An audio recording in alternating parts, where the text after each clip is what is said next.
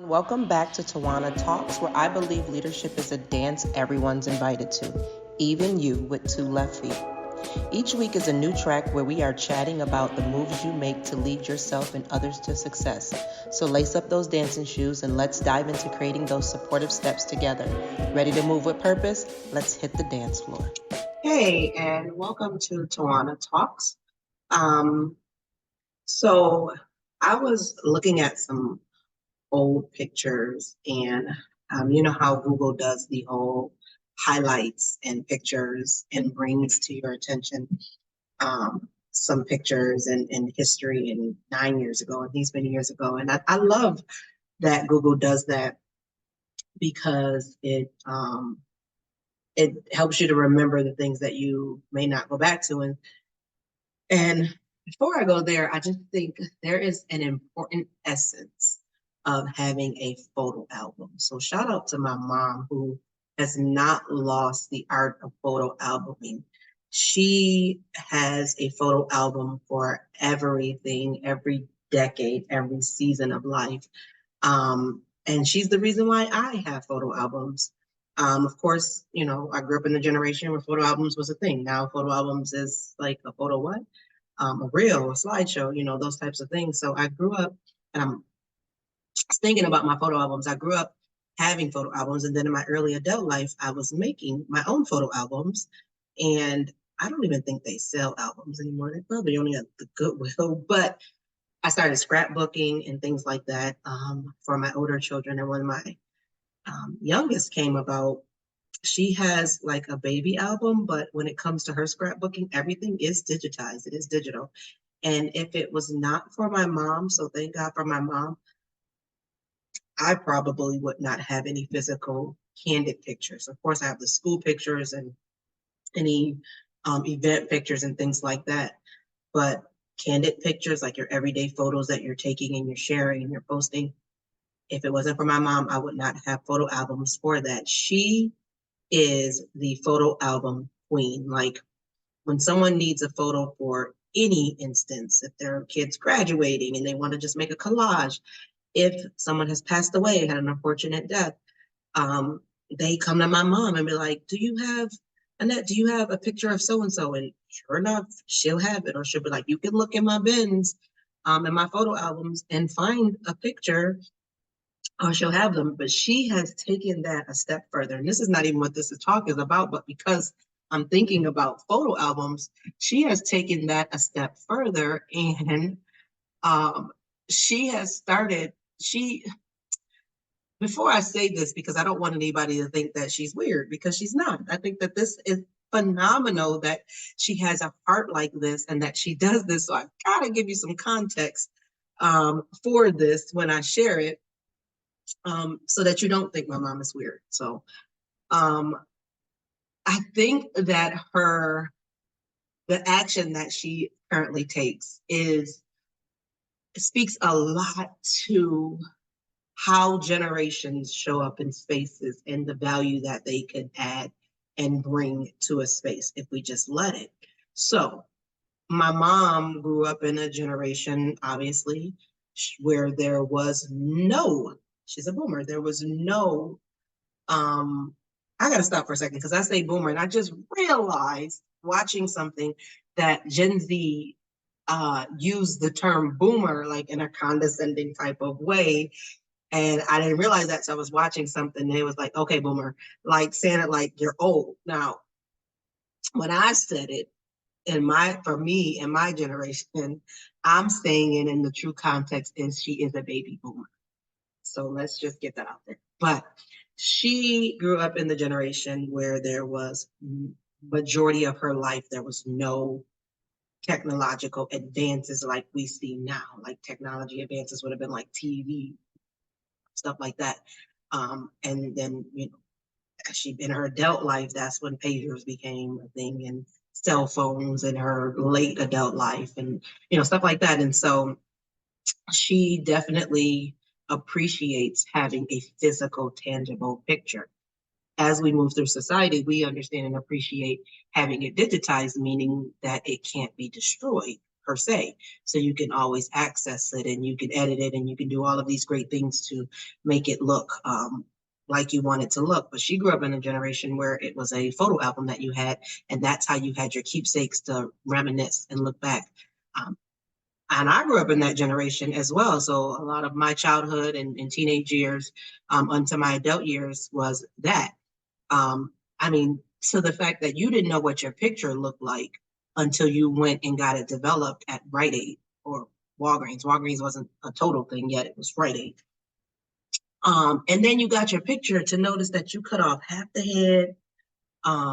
Somebody was cut out, the lighting was too dark or too light, and there was nothing you could do about that picture. It was like I have some of those pictures in my photo album where the head's up. That's the only evidence that I have that I took a picture with that person, and it's just my word against whomever's that that is that person.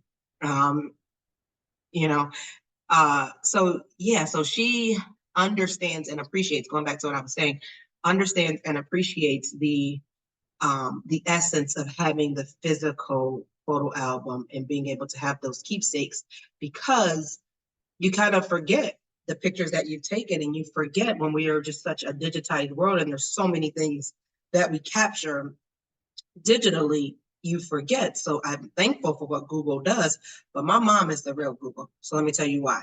She um not going to say trolls, because I've realized that that's a negative word when you're looking at people's things, to say something negative. So she doesn't troll. It's probably considered more along the lines of stalking, but in a good way, if stalking can be a good way. So maybe it's not stalking. But anywho, what she does is, she is a Facebook junkie. Like, she loves to be on Facebook, but that's how she's also a news head. So she loves her news. So that's how she gets she watches the regular news for her local news, what's happening in the community. And she's on Facebook to know what's going on with her online virtual community of friends and all of those things. And she takes that a step further with her big heart and generosity. And you'll probably hear about this more in another episode when I'm talking about my mom. But anyway, she takes that a step further, and she will capture the pictures that people post on social media and develop a photo album for them. She doesn't take the pictures and make her own photo album so she can have them. That would be weird. If she took the pictures and said, I'm gonna go make my own photo album about these people, to some extent. I mean, like, obviously she keeps the pictures of me and my children, and so it would be her grandchildren or great grandchildren, and makes her own personal photo album because that's her family. But for the other people, she doesn't keep their pictures. She makes it for them with the thought process of these are things that they're posting. So in her mind, she's thinking they must be important to them, and it must be moments that they want to remember. And so she takes those pictures and she puts them in a photo album on her own money. She goes to Walgreens, she picks up the pictures, she puts them in a photo album, and then she puts that photo album in her trunk. If they're people that are local, if they're people that live out of state, she mails them with their own money, and then it just shows up on your doorstep, and you had no idea. And she goes back with the pictures that they posted, like if there's a death in the family or a wedding or graduation, she's pulling those pictures. She's even gotten so good with doing multiple ones that sometimes you might get a photo album with somebody here that you don't know.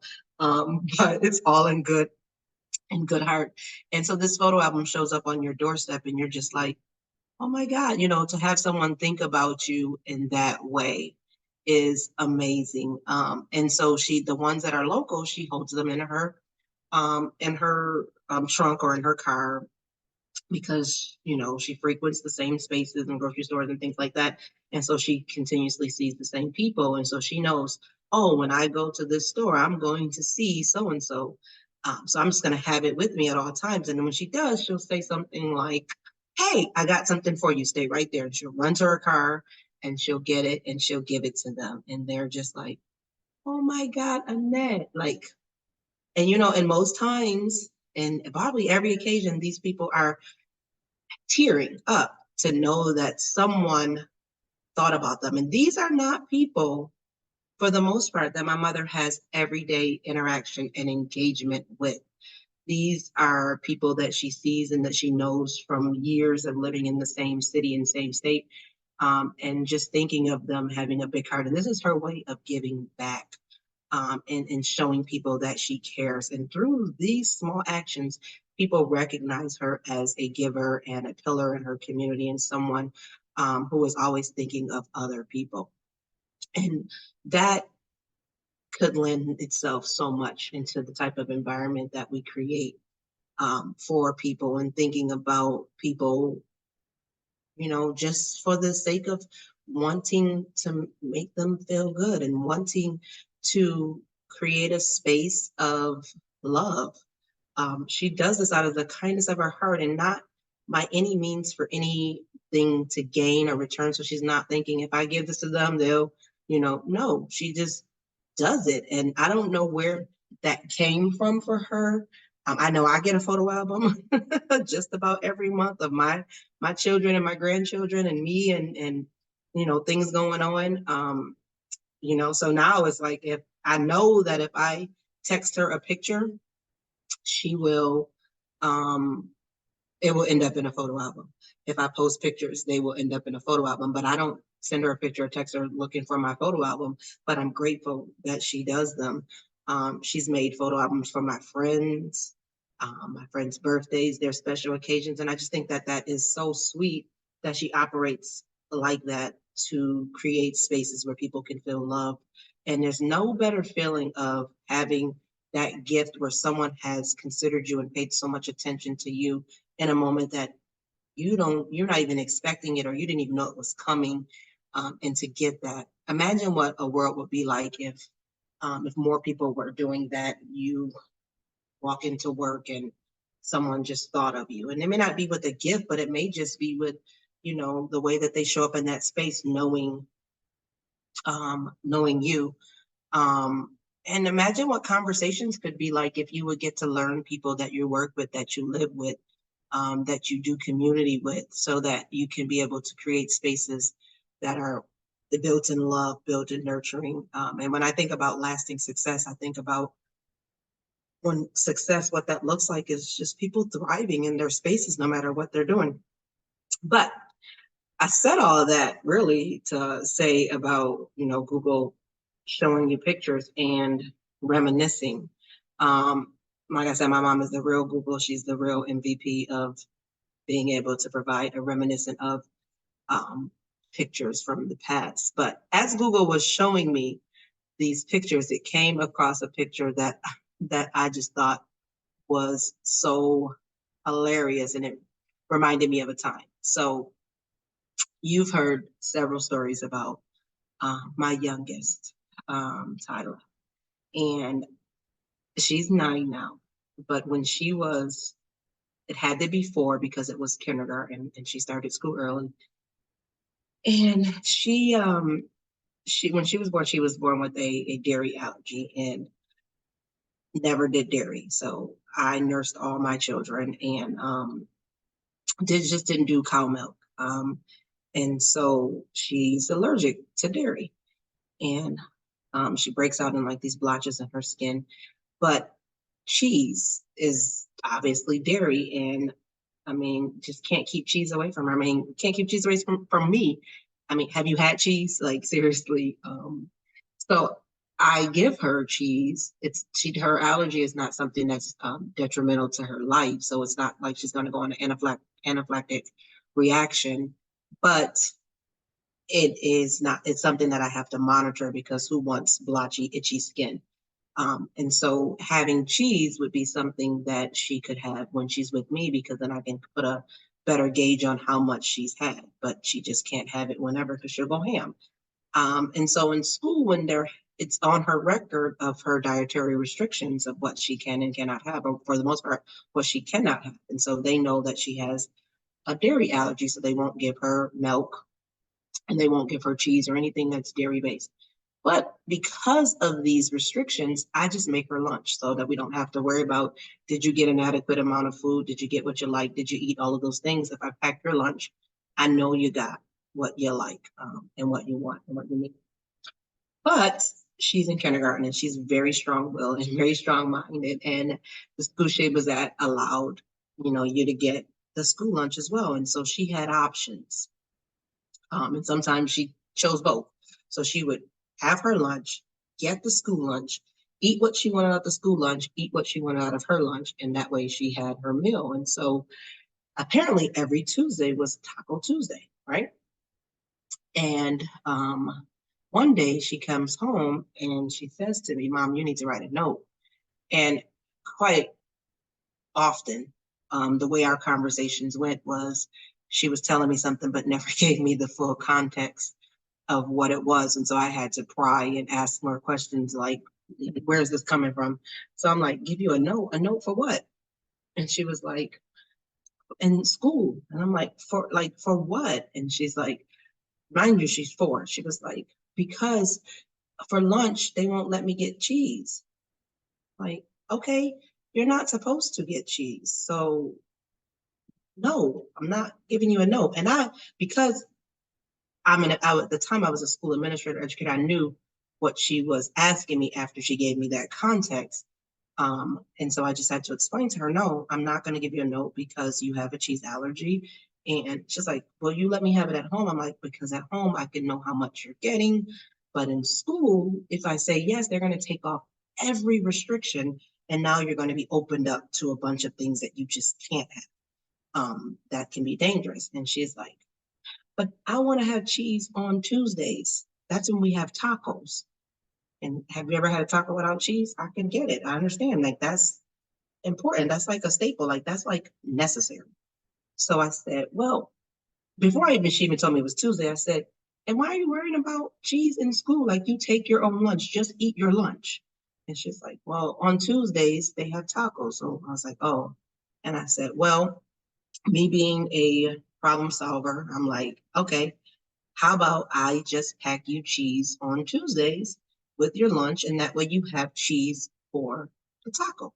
Case solved, problem solved, we're good. Conversation was done. So I thought, I'm like, all right, we're good. So the next day, we're in the car and we're driving, and I used to keep these little um, devotional cards and little positive affirmations in a box on index cards. And she's quiet. Now, if you have a 4-year-old, if you've been around a 4-year-old, if you know a 4-year-old, quiet does not equal okay for a 4-year-old.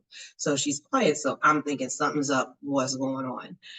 Because typically we're engaging, we're talking, or I'm being interrogated with 11 questions. So she's like quiet. And I'm like, what are you doing back there? Right. And I look back and she hands me this card, and she was not like nervous or sneaking or anything like that. She just says, I said, what are you doing? She gives me the card, and on the card it says, she can have cheese. She can, CAN, she can have HAV cheese, CHESE. Mind you, she's 4, right? And and I took a picture of it, and this is the picture that popped up on Google Photos as reminiscing through the past, and that's what made me laugh. But as I thought about that, and I thought about that situation and what happened, I started reflecting on what's the lesson that I can learn from this and thinking about this. One, um, first of all, she's 4, so before even thinking about the lesson, like she used her context clues. She knew what a note was. She spelled everything to the best of her ability. The message was relayed and got the message across. So kudos to her and her 4-year-old self in writing this. Uh, the lesson that I learned was, mind you, she wasn't sneaking. So it wasn't like it required a reprimand of you don't, sneak and be dishonest and things like that. She took everything black and white. She's 4. And so the people in school said she needed a note. She came to me with her issue or concern so that it can be rectified. And in order to get cheese, she needed a note. She didn't get it here. So she wrote the note to get what she wanted. And so that made me think, how often do we allow our blindness contribute to our boldness, right? She knew what she wanted and she knew what she needed. And so she was bold and did it. And that blindness being, she was not aware of what the guidelines and the stipulation and the rules and the laws behind a child writing a note. She was bold in knowing, you told me I needed something. I took one avenue to get it. That avenue didn't work. So I took matters in my own hand and I went after the thing that I needed. I wrote the note. How many of you may not be writing the book, opening the business, asking for the promotion, applying for the new job, raising your children the way that you feel like you want to raise them, teaching the lesson, drawing the art, starting a podcast, like whatever it is, posting the post because of the rules and the stipulations and all of those things. What if we were blinded to what the naysayers said and the rules that were designed to stop you and boldly proclaimed and went against those rules because we blinded ourselves from it? Children just have a childlike blindness that we can learn a lot from. There's, of course, things that they need to know and they need not to do because of those things. But in this instance, the lesson that I put from that is the fact that she was not aware of the rules and the guidelines allowed her to be bold and operate in that space. And we are aware of those rules and those guidelines and those stipulations. But I'm not talking about laws, things that can get you in trouble and things that can get you, hurt in jail, things of that nature. I'm talking about rules that have been put in place that stop you from doing the things you want to do. Or there may be rules, but those rules aren't stopping you. You're just seeing them as a stopping point. And how many of those things are you focusing so much on that is stopping you from being bold instead of taking the hyper focus off or the focus off, being blind to that so that you can high step it, right? So high step it and be bold. Like, just being really honest, this podcast is that for me. Like, I wasn't, podcast, like, there were so many rules, like, so I thought I was blind to this. Like, I don't get in front of a microphone. I didn't order a podcasting piece of equipment and all of those things to start this. I just stepped out and was bold. Like, just, you got to do it. Like, like, if you do it, you do it. If it doesn't work, you did it. But the way that it won't work is if you don't do it, right? The way that the seed won't grow is if you don't bury it. So just be bold with it. And sometimes that boldness means closing your eyes and jump. That's that blindness, allowing your blindness for you to operate in your boldness. Do the thing. Do the thing. Like, and when I say that, make sure you don't hear like, put yourself in a situation that's going to, be a situation. That's not what I'm saying.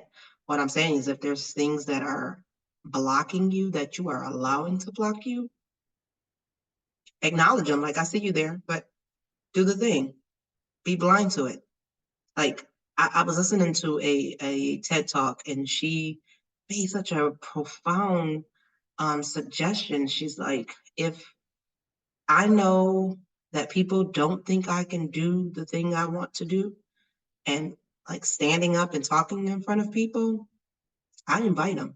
Invite the people that say you can't. And so that you acknowledge, I see you, I know you're there. You're not, it's not behind my back. Like I see you. Acknowledge them and then keep moving.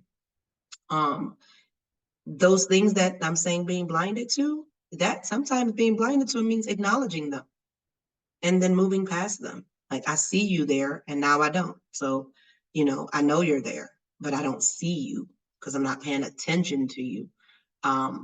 Something else that stood in that same space was, if you're feeling a certain way that is stopping you from doing the thing that you need to do or want to do or desire to do or dream to do, give yourself the time to acknowledge that feeling, but don't stay there. Like if you're sad and upset, all right, you know what? I'm going to schedule 10 minutes of crying. And after that 10 minutes is up, all right, I saw you. Now I don't see you. I got to keep it moving. So just think about that. Like allow yourself to be blinded to the barriers so that you can be able to walk in boldness. Thanks for listening.